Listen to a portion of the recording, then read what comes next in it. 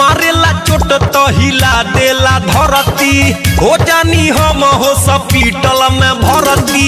मारेला चोट तो हिला देला धरती हो जानी हम हॉस्पिटल में भर्ती।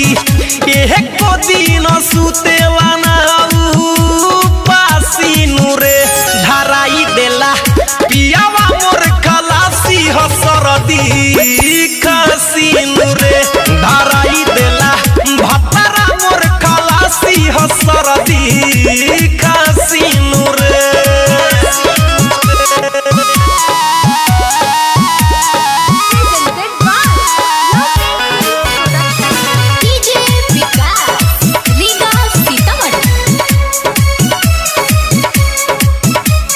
चोली में मुहवा डाल के मुआना चीखत रहेला सरदी से हरदम लहंगा हमारो चीखत रहेला।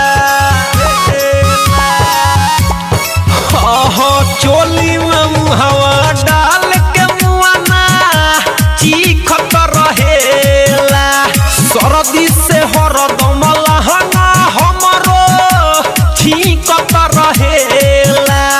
मन पर मनवा हमारी लगा के फांसीनु रे धराई देला पियावा मोर खलासी हसरदी खसीनु रे धराई देला भतरा मोर खलासी हसरदी खसीनु रे।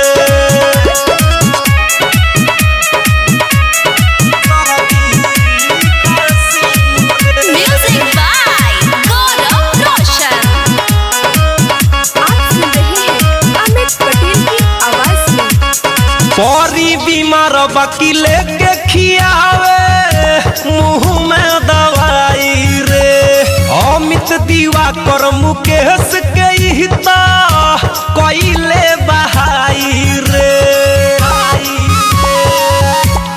हाय हाय परी बीमार वकीले के खियावे मुँह में दवाई रे अमित दिवाकर मुकेश के हिता कइले बहाई रे।